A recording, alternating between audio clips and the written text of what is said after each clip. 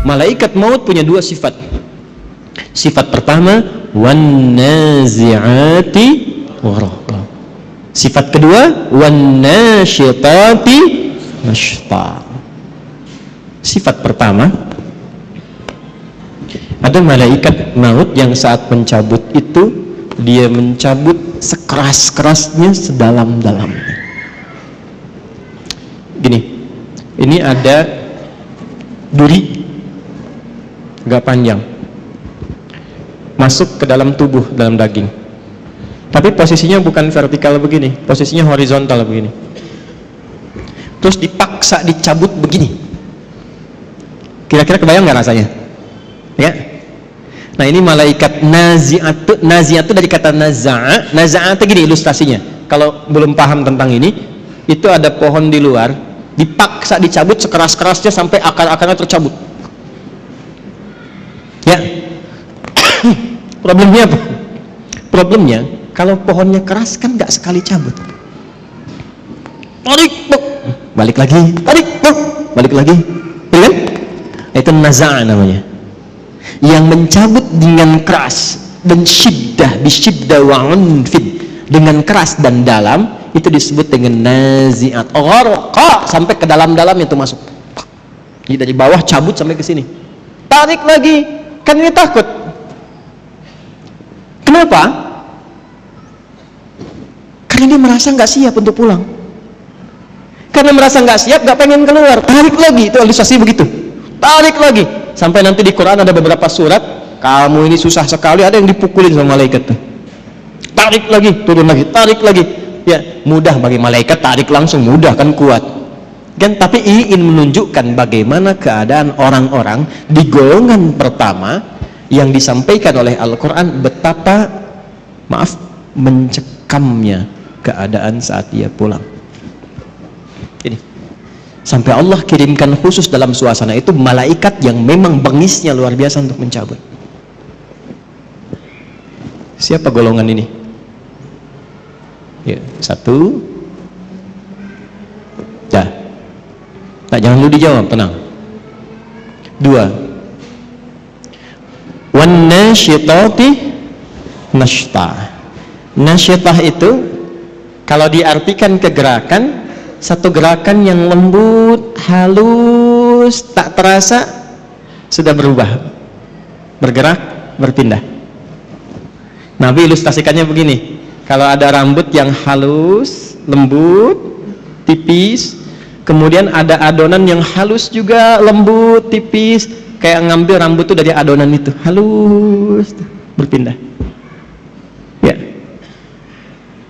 senyum, la ilaha illallah, meninggal. Sujud, nggak bangun lagi. Lagi baca Quran, cuman begini, la ilaha illallah, meninggal. Dan menariknya, yang seperti itu sekarang sudah banyak ditampakkan lewat video. Tuh, kalau sudah Allah tampakkan ayatnya menjadi kauniyah dan belum sadar juga, maka dengan cara apa lagi Allah berikan hidayah untuk bertobat? Antum klik deh ya, klik misalnya di YouTube lah, ya, wafat husnul khatimah, orang syekh mengajar meninggal, baca Quran wafat, sujud wafat, klik, lihat bagaimana cara wafatnya. Nah, itu Allah tugaskan malaikat yang kedua, wan nasyitati nashta. Ada orang-orang yang Allah tugaskan malaikat untuk mengambil nyawanya, menemui mautnya dalam keadaan selembut-lembutnya, sehalus-halusnya, sampai rasa yang dia dapatkan pada saat kematian itu pun rasa-rasa yang ringan dibandingkan dengan yang pertamanya itu. Kalau narik rambut yang halus dari adonan yang halus itu masih ada rasanya nggak? Masih terasa kan, tapi ringan kan, lembut. Itulah yang menyebabkan orang kadang berkeringat saat meninggal itu. Ya, diambil, tenang dia meninggal, tenang, tapi ada rasanya, ada. Nanti kalau sudah waktunya terasa juga gitu kan, berkeringat ada. Tapi halus, lembut, tenang, enak. Nanti insya Allah kita jemput itu, nggak usah khawatir, nggak usah takut. Takut itu justru tanda tanya. Kok takut pada sesuatu yang pasti? Yang nggak pasti itu yang kita takutkan. Yang pasti nggak usah ditakutin. Enggak. Allah Akbar. Enggak. Antum enggak takut pun kejadian juga. Siapain takut? Ya. Jadi yang ditakutkan tuh yang belum pastinya. Nah, yang belum pasti itu bekalnya, amalnya apa? Begitu itu tidak pasti, itu yang kita khawatirkan karena nggak punya harapan untuk setelahnya. Baik, kita bahas yang kedua dulu sebelum tadi yang pertama saya kasih tanda tanya. Siapa orang-orang yang dicabut dengan lembut itu? Yang tenang itu, yang nyaman itu, sampai malaikat yang ditugaskan pun oleh Allah disifati dengan nasyitati nashta, pakai wawunya ataf kepada kosam, kosamnya sumpah. Saya bersumpah, kata Allah, ada di antara hambaku yang aku kirimkan hanya malaikat yang lembut untuk mencabut nyawanya. Sumpahnya Allah mengirimkan malaikat yang lembut, selembut-lembutnya untuk mencabut nyawa hambanya. Siapa hamba yang dimaksudkan di sini? Teruskan dulu ayatnya. Was-sabihati sabha, fas-sabiqati sabqa, fal-mudabbirati amra, sampai ayat 5. Allahu Akbar. Ini kuncinya. Was-sabihati di sini masih pakai qasam. Sabihati sabha. Setelah itu pakai fa litartib. Fas-sabiqati sabqa. Pakai fa. Fas-sabiqati sabqa. Setelah itu apa? Fal-mudabbirati amra. Fal-mudabbirati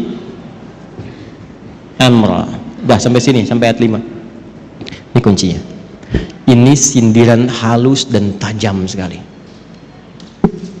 Siapa orang-orang yang akan dicabut dengan lembut, dipisahkan dari kehidupan dunia yang mungkin dia alami keras. Jadi menariknya begini, ada orang-orang yang saat hidup di dunianya ini mungkin mengalami kejadian yang keras, tidak mengenakan, kasar dan sebagainya. Tapi ketika meninggal lembut sekali, halus, dan bahkan viral dia di alam langit. Bagaimana orang-orang ini kemuliaannya? Allah contohkan lewat tugasnya malaikat.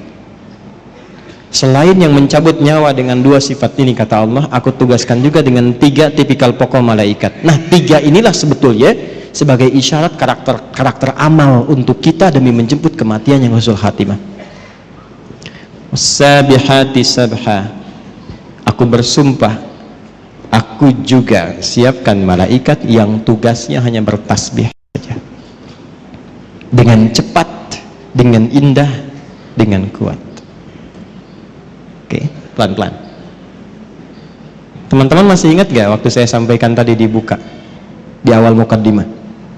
Ibadah itu ada yang sifatnya apa yang pertama? Ritual. Nah, ritual ini digambarkan di Qur'annya dengan kata-kata tasbih. Tasbih. Ibadah dalam bentuk ritual itu digambarkan di Al-Qur'annya dalam bentuk apa? Tasbih. Nah, menariknya apa? Semua alam ini diciptakan oleh Allah itu untuk bertasbih. Buka Quran surah 17 ayat ke-44. Quran surah 17 Al-Isra ayat 44. Dan tempatnya pun di surah ke-17 Al-Isra. 17 rakaat. Peristiwa Isra. Isra kan peristiwa yang didapatkan dari Isra dan Mi'raj, itu kan sholat kan? Nah, sholat itu teman-teman sekalian itu gambaran tasbih untuk kita. Malaikat juga bertasbih. Tusabbihu lahus samawati as-sab'u wal ardu wa man fihin. Ada? Hah? Wa in min syai'in, terus tuh, dapat. Walakin la tafqahuna tasbihahu. Tusabbihu lahus samawati as-sab'u. Semua yang ada di alam langit bertasbih kepada Allah. Wal ard, dan yang di bumi bertasbih. Kalau antum baca tafsirnya, ini misal yang banyak didapatkan tafsir Ibnu Katsir misalnya, yang agak banyak riwayat di situ. Itu ngambilnya dari tafsir Ibnu Jarir At-Tabari. Ibnu Katsir banyak ngambil dari situ. Yang tafsir riwayat ya. Kalau yang mau pendek-pendek Jalalain, Tanwirul Mikbas itu pendek-pendek. Kalau mau ngambil tafsir riwayat tentang ayat ini, silahkan lihat. Itu akan mengambil satu riwayat di Mu'jam At-Tabrani, riwayat dari Abdurrahman bin Qutr. Ya, Abdurrahman bin Qutr ini meriwayatkan satu hal saat peristiwa Isra'nya Nabi sallallahu alaihi wasallam. Jadi begitu Nabi akan siap diberangkatkan antara Zamzam dan Maqam. Jadi ada Maqam Ibrahim, ada Zamzam, di antaranya itu ya dekat itu disiapkan berangkat. dari mulai ke Masjidil Aqsa, naik kemudian ke langit, itu apa komentar Nabi setelah turun? Saya mendengar malaikat semua bertasbih, bersahut-sahutan bertasbih pada Allah Subhanahu wa taala alam langit. Ya. Kalau Anda baca riwayatnya setelah itu di tafsirnya, teruskan tafsirnya sampai ke bawah, Anda akan temukan Allahu Akbar. Ini babnya iman ya, maaf, babnya iman. Pembuktiannya saat sakaratul maut. Kenapa Anda, saya, kita sering mendengar kalau makan itu sampai akhirnya? Mungkin di situ ada berkahnya. Pernah dengar? Ya kan? Karena setiap makanan dan minuman yang kita makan dan minum, itu sekalipun kita konsumsi, dia masih bertasbih kepada Allah Subhanahu wa taala. Riwayatnya ada. Baca tafsirnya. Ini bukan saya pribadi, bukan. Ngaji tafsirnya, lihat. Sampai makanan yang akan yukal dimakan itu masih bertasbih sebelum dimakan. Itu sebabnya kita nyari berkahnya. Ya. Saya kalau minum tuh ada nggak habis, orang datang rebutan. Kenapa nyari berkahnya? Saya bilang udah saya habisin berkahnya tadi.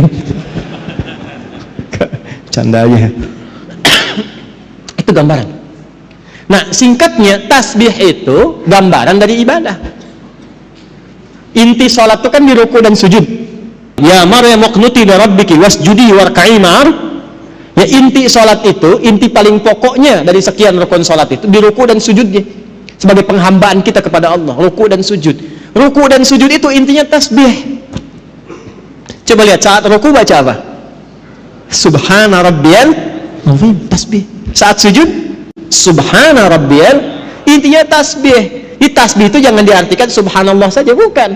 Tasbih itu kata atau kalimat singkat yang mewakili sifat-sifat ibadah kita kepada Allah dalam bentuk ritual. Jelas? Makanya kalau kita kurang dalam salat tasbihnya, kurang maksimal ibadah ritual, kurang ruku khusyuk di dalamnya, kurang khusyuk dalam sujudnya, itulah sebabnya kenapa setelah salat kita istighfar dulu. Setelah istighfar tasbih, subhanallah, subhanallah, subhanallah. Itu diantara hikmahnya. Jadi bukan cuma bacaan, ada maknanya. Intinya apa dengan kalimat ini? Tusabbihu lahu as-samawatu as-sab'u wal ardu wa man fihinna. Kaitkan dengan wasabihati sabha. Aku bersumpah, malaikat saja ada yang aku buat untuk tasbih semuanya. Masa manusia gak mau tasbih? Malaikat saja aku ciptakan tanpa salah, itu masih tasbih. Malaikat itu dicipta tanpa salah, Pak. Satu-satunya makhluk di muka bumi ini, ya, yang bertugas di muka bumi, tugas, dan di alam langit dia bertugas. Satu-satunya makhluk yang Allah ciptakan tanpa salah cuma malaikat. Diciptakannya dari cahaya, materinya materi takwa. Quran surah 66 ayat ke-6. La ya'sunallaha ma amarahum wa yaf'aluna ma yu'marun. Malaikat tidak punya potensi maksiat. Makanya Anda nggak pernah dengar misalnya, maaf, pernah dengar malaikat Jibril korupsi ayat? Nggak ada kan? Ya. Dan tidak pernah menukar posisi. Itu Fir'aun-Fir'aunnya bikin jengkel, yang nyabut tetap malaikat maut. Nggak pernah dia bilang, Jibril, jengkel sama yang ini, kamu yang cabut. Nggak ada tukeran tugas. Jadi Anda bisa bayangkan nggak, satu makhluk yang nggak punya potensi salah, tupoksinya jelas, itu masih bertasbih sempurna kepada Allah. Jadi Allah tuh nyindir kita halus. Kamu ini manusia, aku berikan fasilitas, kenyamanan, kedamaian, ketentraman. Aku siapkan pedomannya. Ini yang nyaman, ini yang tenang. Hindari maksiat, ini resikonya. Cari bekal untuk pulang. Aku berikan semua fasilitas itu. Kenapa engkau masih belum punya waktu untuk bertasbih kepadaku? Malaikat aja masih ibadah, kenapa engkau lupa dengan ibadah? Sedangkan harapan kamu husnul khatimah dan pengen masuk surga. Jadi kalau kita konversi ke ayat ini tentang pedoman hidup kita, kalau ingin didapatkan malaikatnya nasyitati nashta, maka jaga ibadah dan hubungan kita dengan Allah selama hidup. Salat fardu berapa kali dalam sehari? 5 waktu. Berapa rakaat? Jaga itu. Jaga. Setelah itu sunnahnya tingkatkan, rawatibnya, duhanya, tahajudnya. Itu ada maknanya semua. Kan kita latihan tumaninah, latihan tenang. Di antara dampak terbesarnya apa? Ini persiapan pulang. Orang yang punya hubungan baik dengan Allah, Allah perintahkan, dia punya hubungan baik dengan saya, cabut yang lembut, cabut yang halus. Yang diperintahkan cuma malaikat yang paling halus, karena punya hubungan baik dengan Allah. Anda punya hubungan baik dengan pimpinan, mau berkunjung ke rumahnya, akses dibuka, kue keluar, kata-kata baik keluar. Anda nggak punya hubungan baik, kasar, jadi musuh, terus berharap pengen diterima dengan baik, susah. Satu. Jadi secara cepat, kalau diinginkan husnul khatimah, mendapatkan malaikat yang lembut dalam sakaratul maut dan surga yang terbaik, pertama, wassabihati sabha, teladani malaikat dalam rangka beribadah kepada Allah Subhanahu wa taala. Jangan tinggalkan ibadah ritual. Kalau masih yakin, masih beriman. Makanya kalimat salat itu dibuka dengan iman. Kalimat salat pertama Al-Baqarah ayat 3. Alladzina yu'minuna bil ghaibi wa yuqimunas, dan disebut dengan kalimat iman. Satu-satunya ibadah yang disebut dengan iman cuma salat di Quran. Itu di Al-Baqarah ayat 143. Wa ma kana Allahu liyudhi'a imanakum. Yuk, salat ya. Jadi kalau dulu kan, kenapa salat? Supaya bahagia, hayya 'alal falah. Kenapa salat? Supaya tenang. Ya kan? Kenapa salat? Bukti mengabdi kepada Allah. Sekarang jawabannya setelah mengaji ini berubah. Kenapa salat? Supaya husnul khatimah saat wafat.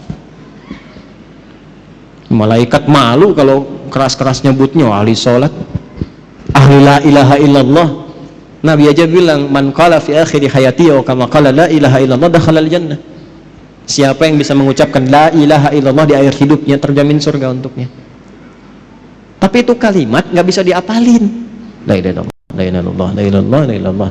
Tapi salat enggak. Nggak bisa keluar, nggak bisa, nggak bisa, susah. Nalkinnya pun susah, nggak mudah. Siapkan dari sekarang. Ya, malaikat malu lah. Anda dekat dengan pimpinan. Nih antum ya, dekat dengan pimpinan nih. Taruhlah Anda misalnya, ya nggak usah contoh yang aneh-aneh lah ya.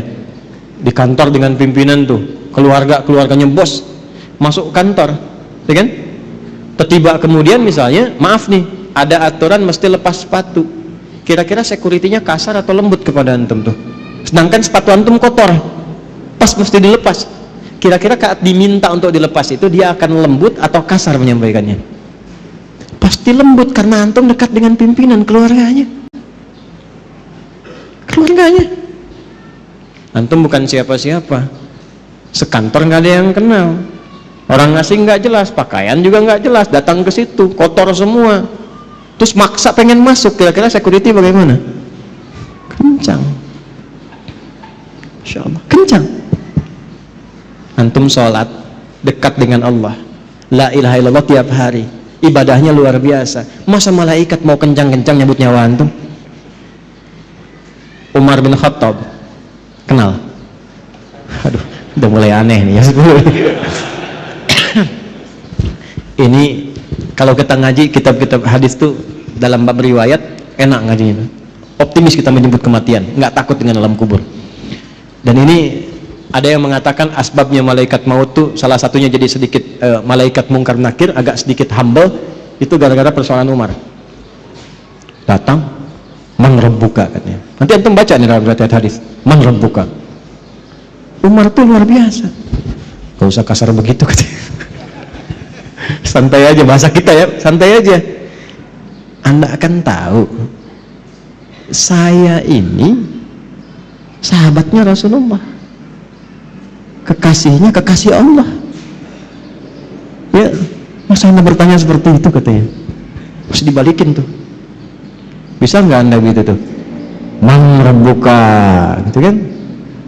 Masih nggak tahu kalau saya ini sering jamaah di Pondok Indah. Enggak, ini cuma gambaran saja. Kadang-kadang ulama-ulama itu kalau mau guyon itu ngambil-ngambil itu seperti itu. Tapi memang teks-teks yang kita dapatkan itu yang Allah berikan kelembutan dalam setiap alam. Nyebutnya lembut, logikanya begitu. Masa yang dekat dengan Allah rajin sholat yang dikirim malaikat kasar, kan nggak mungkin. Masa kita sholawat pada Rasulullah, dekat dengan Nabi, dengan amalan kita ikuti petunjuk, diancam di alam kubur dengan kata-kata kasar, kan nggak mungkin. Itulah nasyitati nasyta. Nah, untuk mendapatkan itu supaya lebih lembut lagi bagaimana? Cepat, pakai fa, berubah tuh. Ayat 4 pakai fa. Harfu atfin rabitin baina syai'aini bila hudud. Paham? Tidak. Huruf yang menyambungkan dua peristiwa tanpa jeda dengan cepat. Jadi begitu yang ayat 3 itu tasbih, ibadah, yang keempatnya pakai fa, cepat nih, jangan tunda. Apa yang dipercepat? Sabiqatis sabqa. Ada malaikat yang berlomba mencatat amalan. Ini yang dicatat tuh siapa amalannya? Kan nggak mungkin malaikat catat amalan sendiri. Malaikat turun ke bumi catat amalannya sendiri, nggak mungkin. Ini tanda dari Allah. Ada malaikat yang lomba-lomba cepat-cepat. Ngapain cepat-cepat? Mencatat amal hamba. Siapa yang dicatat itu? Dalilnya mana untuk menegaskan ini? Al-Baqarah ayat 148. Ketemu kalimat sabaknya. Quran surah 2 ayat 148. Walikulli wijhatun huwa muwalliha. Sama dengan fa di sini, fa di sana. Fastabiqul khairat. Fastabiqul khairat. Tuh. Tuh. Kencengin tuh. Ini maksudnya. Kencengin. Optimis kita. Di sini fasabiqatus sabqa, ya, fasabiqatis sabqa, di sini fastabiqul khairat. Walikulli wijhatun huwa muwalliha. Setiap hamba yang ibadah itu pasti punya kecenderungan fokus pada ibadah tertentu. Contoh, ada yang senang tahajud, belum konsisten puasa sunnah. Tahajud rutin tiap malam, tapi Senin Kamis belum puasa. Ada yang puasa Senin Kamis tapi tahajud belum, ya kan? Ada yang sudah sholat puasa Daud, bahkan sholat Daud nggak ada. Ya, puasa Daud yang ada, ya. Senin puasa, Selasa tidak, Rabu puasa, Kamis sholat Daud nggak ada. Subuh sholat, duhur tidak, asar sholat, maghrib, nah itu nggak ada. Ya. Ini sudah puasa Daud, tapi tilawah Quran belum. Quran juga unik, ada yang senang baca tapi belum menghafal. Ada yang senang hafal tapi nggak tahu arti. Ada yang senang kajian, ngaji artinya, tafsir, tapi juga baca belum optimal. Ada yang begitu. Nah sekarang maksudnya apa? Kita itu saat sebelum pulang siapkan amalan-amalan favorit yang kita pilih di dunia sebagai bekal andalan kita pulang itu apa? Supaya malaikat berlomba-lomba mencatat. Ayo kita berlomba-lomba. Dan ini dijamakkan, fastabiqul khairat. Semuanya baik kata Allah itu, tapi silahkan berlomba. Yang ini puasa Senin, ya kan? Antum belum sanggup puasa, saya mau konsisten dengan rawatib dulu. Ya. Saya belum sanggup menahan lapar, tapi saya bisa sanggup menahan lelah saya untuk mengerjakan rawatib. Ya udah, alihkan tenaga ke sini. Ya. Jelas?